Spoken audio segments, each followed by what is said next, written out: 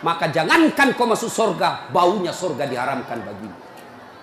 Dengar ini cewek-cewek, sopan sama cowoknya, kurang ngajar sama mamaknya.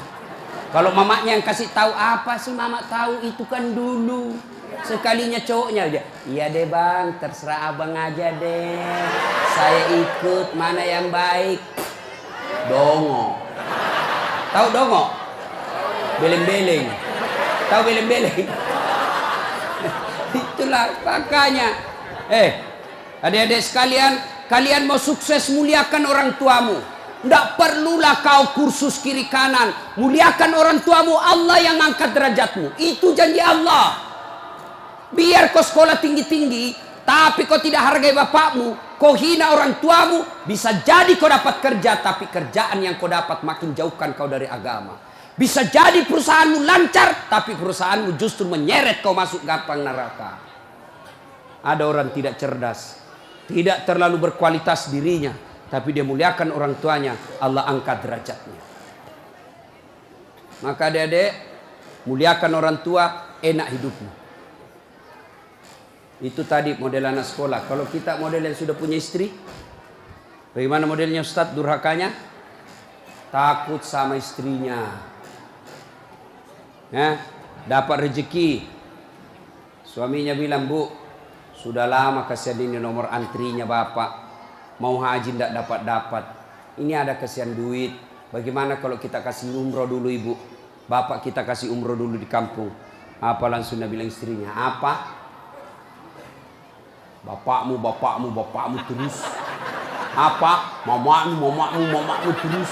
Langsung dia bilang suaminya, sudah mipalek, terserah kau. Ada begitu di sini? Ada.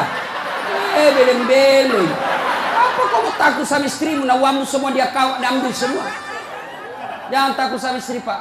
Bapak tidak bakal bahagia dalam hidupmu kalau kau lebih takut sama istrimu untuk membahagiakan orang tuamu. Makanya hidupmu susah dalam rumah tangga. Kenapa? Istrimu kurang ngajar sama ibumu. Maka bilang sama istrimu, jangan coba-coba sakiti perasaan ibu saya. Kalau kau lukai perasaan ibu saya bawa kau ke pengadilan agama, saya ceraikan kau baik-baik. Kan saya bilang sama mamanya, istriku di rumah, boleh kau marah-marah sama saya, boleh kau tutup pintu, yang penting tidak kau kunci. Boleh kau lempar kepalaku, yang penting tidak kena. Satu yang tidak boleh, jangan kau pernah hina orang tuaku. Begitu kau hina orang tuaku, wabillahi taufiq wal hidayah, keluar. Begitu deh. Ada di sini takut sama istri? Jangan, Pak. Itu yang membuat ibu juga kalau mau bahagia rumah tanggamu, muliakan mertuamu. Datang mertuamu dari kampung, dari Sulawesi Selatan, hormati. Jangan baru duduk mertua dia bilang, kapan ki pulang, mak? Bawa ini, kasihan itu orang tua kalau dari kampung, naik dari Parepare, turun di pelabuhan barang, bawa ayam 3 ekor, lepas di terminal 1, nah kejar lagi tuh, bawa pisang, bawa beras, bawa semua dia bawa, kasihan. Padahal anaknya sudah ada kerjanya di papan, dia bawakan itu. Begitu cintanya orang tua kepada anak. Jadi wajar kalau ibu bapak kurang ajar, tidak akan mendapat berkah dalam hidup. Muliakan orang tua ya. Kalau ada yang tanya-tanya, kenapa hidupku susah selama ini? Tidak usah tanya jalan lain. Durhaka sama orang tua. Orang tuaku sudah meninggal, Ustaz. Cara berbuat baiknya. 1, doakan. Allahumma gfirli wali walidayya warhamhuma kama rabbayani. Saya heran lihat-lihat kita. Kalau tangannya ulama kita cium bagus. Bagus. Tapi pernahkah Bapak perlakukan tangannya ibu seperti itu? Pernahkah Bapak perlakukan tangannya orang tua? Saya orang lain, belum tentu saya doakan Bapak ikhlas. Doakan saya Ustaz, saya doakan tapi belum tentu saya ikhlas. Kenapa? Saya belum tahu Bapak. Tapi kalau orang tuamu yang doakan kamu, pasti ikhlas. Saya tadi kesini ibu saya telepon. Mak, telo doa nggak mau kak mak? Woi, wali doa ngaku nak. Saya tidak doakan diriku. Kau selalu ku doakan karena kau selalu jalan. Itu ibu. Kalau suami bu, jangan sampai ibu juga berdosa kepada orang tua gara-gara suami. Jangan sampai bapak-bapak berdosa hanya karena istri. Jangan sampai kalian yang masih kecil durhaka sama orang tuamu, maka hidupmu bakal susah. Muliakan orang tua. Doakan. Allahumma gfirli wali walidayya warhamhuma kama rabbayani shaghira. Sudah itu doa lagi, ya Allah ampuni dosanya orang tuaku kalau sudah meninggal. Terima amalnya, lipat gandakan kebaikannya, lapangkan alam kuburnya. Sudah itu saja. Ada rezeki, sedekah. Ada rezeki, sedekahkan. Saya mau terang kuburnya orang tuaku. Perbaiki sound sistemnya masjid. Terang itu kuburnya. Saya mau terang kuburnya orang tuaku. Kirim pembeli lampu. Kasih tahu panitia masjid. Mulai bulan depan saya yang bayar itu masjid lampunya. Jangan ambil uang celengan. Terang itu kuburnya orang tua. Dan demi Allah tidak ada orang bangkrut gara-gara rajin sedekah. Ada yang bangkrut gara-gara sedekah? Mana buktinya? Makin sedekah makin kaya. Rahmat Mas'ud. Coba lihat. Orang datang itu, bos, membayar ke bos. Bos, baju sekolah bos. Bos, istriku melahirkan. Bos, terbakar anuku. Bantu. Tapi mana ada yang bangkrut kalau rajin sedekah? Tidak ada, Pak. Kenapa Bapak Ibu miskin? Kalau selalu minta-minta. Berhenti minta-minta, Allah kasih kau kaya. Sedekah. Saya tidak bisa sedekah dengan duit, sedekah kau dengan tenagamu. Saya tidak bisa sedekah banyak-banyak, sedekah dengan apa? Lihat itu masjid. Oh, sudah kotor anunya. Apa namanya itu? Kudungnya. Putih bukan, coklat bukan, hitam bukan, kat diam nih. Sudah, bawa masjid satu kudung. Itu sedekah. Oh, masjid antara masjid dengan toilet jauh. Sedekah dengan sandal swallow. Nah, curi orang, tidak ada urusan. Itu sedekah. Kita lihat karpet, sudah jelek, sedekah dengan karpet. Insyaallah banyak pahala. Hari Jumat kita kirim air botol gelas ke sana. Air gelas ke sana, orang minum itu sedekah. Saya cuma bisa nasi bungkus 10 saya sumbang hari Jumat, itu sedekah. Allah tidak lihat banyaknya, yang penting ikhlas banyak daripada sedikit tidak ikhlas. Sedekah. Serius. Sudah sedikit tidak ikhlas lagi. Mending banyak ikhlas. Iya toh? Panasnya di. Nggak bisa konsentrasi sejenak. Lewat-lewat ketawa itu Kak Bos. Nah, Ibu Bapak. Salah satu sunnah yang dianjurkan Nabi sholat jamaah. Nabi kumpul-kumpul sama sahabat. Ya, enggak apa-apa. Enggak usah kasih, enggak apa-apa, Pak. Sedikit lagi, 5 menit lagi. Menunggu orang masjid takwa. Ya. Nabi, saudara-saudara sekalian, kalian yang tetangga dengan masjid wajib datang berjamaah. Bertanya sahabat, mana tetangga masjid ya Rasul? Kanan masjid 40 rumah. Depan masjid 40 rumah. Belakang masjid 40 rumah. Belakang masjid 40 rumah. Itu tetangga masjid. Bubar. Tiba-tiba datang tunanetra. Tahu tunanetra? Tidak melihat. Ya Rasulullah bagaimana saya? Oh kau lain karena kau tidak melihat. Pulang ini. Boleh kau sholat di rumahmu karena kau tidak melihat. Pulang. Belum jauh dipanggil kembali Nabi. Ya fulan, ta'al. Sini kau dulu. Kenapa? Kau dengar azan di masjid. Saya dengar ya Rasul. Kalau begitu kau wajib datang berjamaah di masjid. Zaman Nabi, tunanetra wajib berjamaah karena dia dengar azan di masjid. Kalau ini hadis diterapkan Pak, penuh ini masjid jamaah. Kenapa? Kalau azan di menara sampai di ujung-ujung rumah dia dengar. Dan alhamdulillah masjid selalu ramai jamaahnya Pak. Terutama kalau subuh penuh sampai di luar. Tidak ada di dalam. Yang di dalam orang tua sudah pensiun. Kentara itu kalau subuh orang tua Pak, bau minyak gosok baru kita masuk pintu. Minyak angin, minyak gosok, cap tawon, tidak ada Bulgari. Orang tua semua di dalam masjid. Kenapa orang malas ke masjid? Satu, karena dia tidak lihat pahalanya. Coba kalau Pak Rahmat Mas'ud umumkan, siapa yang datang sholat berjamaah subuh dapat beras 50 kilo, pembeli pulsa 200.000. Jam 5 sholat subuh, jam 10 malam sudah pesan masjid sampai di luar. Kenapa? Karena dia lihat pahalanya. Yang kedua, kenapa orang malas ke masjid? Karena dia tidak tahu pahalanya. Dengar bapak-bapak ini, terutama kita yang sudah muka-muka sakaratil maut ini, yang sudah tua ya. Rajin-rajin ke masjid Pak. Berdoa mudah-mudahan Bapak lagi sujud ajal menjemput. Apa keutamaan berjamaah di masjid? Satu, kalau hujan, basah baju, atau kena debu melengket di badan, ke masjid, bajunya yang basah itu melindungi dia nanti di pada masa. Tahu mantel Pak? Hujan, kalau hujan pakai payung. Apa tujuan itu payung? Supaya Bapak tidak kena air. Supaya ibu tidak kena air kalau pakai baju mantel. Begitulah fungsinya baju yang basah. Ketika Bapak ke masjid dan gerimis, basah baju itu Bapak yang melindungi Bapak agar tidak disentuh api neraka. Sudah. Coba jangan juga salah paham. Teman-teman sudah dengar begini, hujan keras dia buka kudunya, dia buka payungnya. Pergi di jalan, belen-belen namanya itu. Ya. Apalagi keutamaan berjamaah di masjid? Kata Nabi, kalau kau wudhu dulu, lalu kau datang ke masjid, langkah-langkah kakimu adalah jihad fisabilillah. Melangkah kaki kanan, 1 pahala dicatat. Melangkah kaki kiri, gugur dosa kecil. Jadi kalau 300 rumah masjid, dari rumah tak dari masjid, 300 meter kali 2, 600 meter. Berapa langkah kaki itu Bapak dapat? Apalagi kalau Bapak jalan begini. Berapa langkah kaki itu?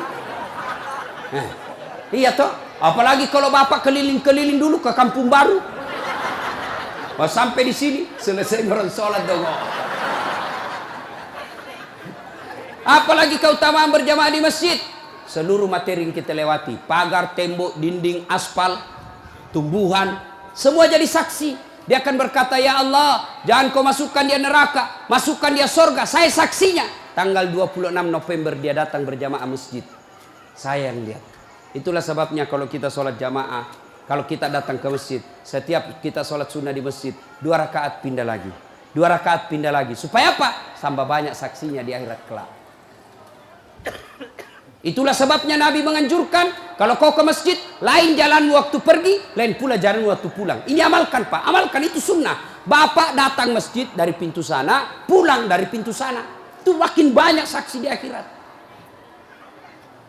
Yang keempat, lipat 27 kali. Artinya, sekali Bapak sholat di masjid, 27 kali sholat di rumah baru sama pahalanya. Apalagi, kalau di masjid ada disebut doa bersama. Mungkin di rumah Bapak susah sholat. Mungkin di rumah banyak godaan. Mungkin di rumah ibu bingung. Ini saya sudah tahiyat atau belum? Ini sudah 2 atau 3. Ini apa? Kalau di masjid aman. Tidak ada kecemasan seperti itu. Nah, itu datang ke masjid. Yang berikutnya, yang membuat orang malas ke masjid. Tadi, yang ketiga, manajemen masjid tidak bagus. Mana manajemen masjid yang tidak bagus? Selalu disimpan saldo kas. Jangan simpan saldo Pak. Dengar ini panitia masjid. Bapak kalau simpan saldo kas di masjid, Bapak yang tanggung dosanya, tidak jalan amalnya orang. Saldo kas 80 juta. Jangan simpan. Cari orang yang susah, yang rajin berjamaah. Ada utangnya di bank, bayarkan supaya dia lepas dari kredit. Boleh itu. Baru dia suruh cicil ke masjid. Kalau dia di bank berbunga, makin susah hidupnya. Boleh. Saldo kas 80 juta. Kita mau kencing tidak ada air. Kerannya rusak-rusak. Simpak, jangan. Berhenti jadi panitia kalau Bapak tidak bisa urus masjid. Yang sudah tua mundurlah. Kasih anak muda. Ini masjid bukan perusahaan punya. Begitukah di sini? Hah? Jangan marah Pak. Siapa suruh kau panggil Kak? Mau kok. Demi Allah Pak, Bapak tanggung kalau amalnya orang tidak jalan. Bapak coba kalau itu uang cuma 100.000, tapi diberikan keran, maka selama keran itu berputar, selama itu orang yang punya uang dapat pahala. Tapi kalau dia cuma di bank disimpan, tidak jalan amalnya. Belikan dispenser, belikan kopi, tidak apa-apa, boleh. Jangan ditulis di masjid, dilarang tidur. Siapa yang larang tidur di masjid? Tidak ada dalilnya. Ayo, Bapak pernah ke tanah suci di Madinah? Pernah ke Mekah? Ada tidak ditulis dilarang tidur? Tidak Pak. Barangkali ada orang tidak bisa tidur di rumahnya. Dia datang ke masjid supaya bisa tidur. Itu memang boleh. Yang tidak boleh ngiler. Maka kalau kau mau tidur di masjid, bawa kau bantal. Kalau tidak bisa kau gelisah kau di rumahmu, bertengkar kau sama istrimu, istrimu ngomel terus. Maka dia bilang, jangan kau pulang, merdeka. Bodoh itu istri sekarang kalau Nabi bilang sama istrinya, jangan kau pulang. Oh, gembirai. Langsung Nabi bilang pacarnya, sini kau sayang, di rumahku kau tidur, kulayani kau dengan baik. Sudah. Jangan ditulis, jangan bawa anak-anak berisik. Bersyukur kalau masih ada anak-anak berisik di masjid. Kalau tidak ada anak-anak berisik di masjid, maka tidak ada lagi nanti yang mau datang di masjid.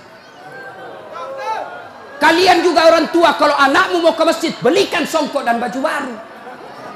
Anaknya mau pergi, Pak, mau pergi masjid, belikan nggak songkok? Apa dia bilang? Itu nak, songkok nenek nu kau pakai. Anaknya nomor 7, songkok nenek nomor 10. Tak buas si songkok nama buas sih. Berteriak ni temannya, Pak Doja, Pak Doja, Pak Doja. Tidak mau ya nak tak pergi masjid. Hei. Ini masjid ini, sound systemnya tidak bagus. Kasih bagus. Ini saya kasih tahu Ki, tanya itu ahli tentang AC. Itu kalau ada AC besar begini, 2, dingin mini masjid. Tambah lagi itu. Tapi apa yang kasih panas? Karena Bapak pakai kipas. Itu kipas dengan AC, ibarat air dengan minyak. Tidak bisa dia menyatu. Kenapa? Itu AC ruangan harus tertutup. Kalau kipas tidak boleh tertutup. Kalau tertutup itu kipas, maka makin panas orang di dalam. Kenapa? Karena itu kipas perlu sirkulasi udara, perlu angin keluar masuk. Kalau tidak keluar masuk angin, maka angin yang ada itu saja nak putar terus, akhirnya jadi panas. Apalagi kalau ada yang bau keteknya di dalam. Pede masesano, kege mak badaram mangi, mak bau lasuna mansedinya. Itu mi pentingnya anak muda jadi pengurus masjid. Karena kalian kalau sudah tua tidak ada yang tahu. Kau juga anak muda, muliakan orang tua. Tempatkan di mana itu orang tua, tempatkan sebagai penasehat masjid. Jangan masjid dikira dia punya. Ini lembaga umat yang punya. Kasih karpet yang bagus. Ada saldo kas, jangan simpan Pak, Bapak berdosa. Tidak jalan amalnya orang. Apalagi membuat orang malas ke masjid. Apa? Kadang-kala apa? Sound sistemnya jelek. Begitu kita takbir Allahu Akbar, langsung story.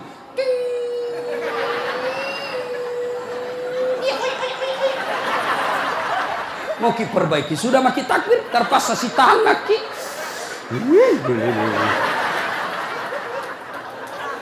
Apalagi membuat orang malas ke masjid. Apa? Kadang-kala muadzin. Jengkel orang dengar muadzin. Orang tua, sudah tua, tidak mau tom mengalah, mundur ona wasangiko.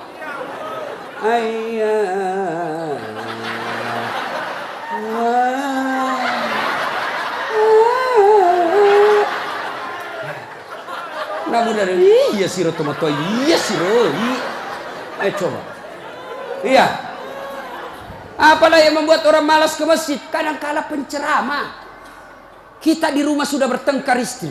Di kantor mumet pikiran. Kita datanglah ke masjid dengar ceramah. Mudah-mudahan kita dapat pencerahan. Ini bukan pencerahan, nak kasih takut kita terus. Dibakar pantatmu. Ditusuk. Udah bilang tak boleh.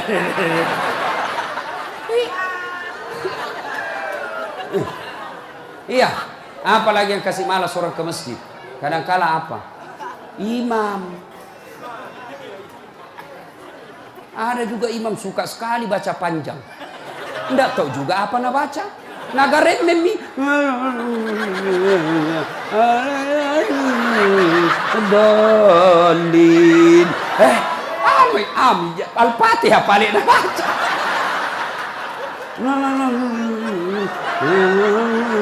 Dolin. Malam petoni tidak jelas. Makanya kata Nabi, kalau kau jadi imam, dengar ini Pak Imam. 1, baca kau yang ringkas.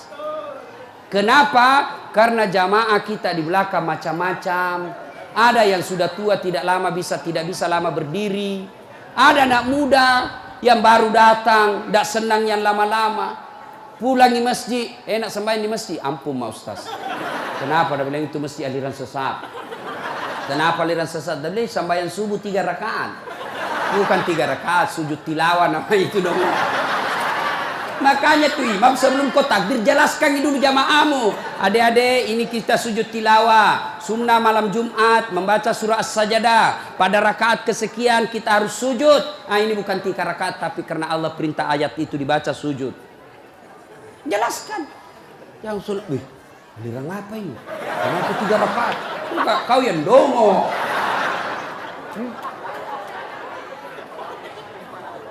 Tidak bisa orang lama-lama di belakang Pak. Mungkin ada orang mati yang ya karena dia tobat usia senja, tidak bisa lama kasih berdiri. Batena musessa, nak naik lagi kepalanya, belum bisa selesai. Nah ulah, malam itu jatuh lagi, naik udah lagi. Ada barangkali di dalam jamaah Satpol PP yang pakai sepatu baru. Lama kau baca, nah lupa simpan baik-baik sepatunya. Pasti dia hilang di sepatu. Bapak imam sesat. Maka pasti dia tidak khusyuk. Ada barangkali juga ibu-ibu yang sekali kentut sudah makan pete.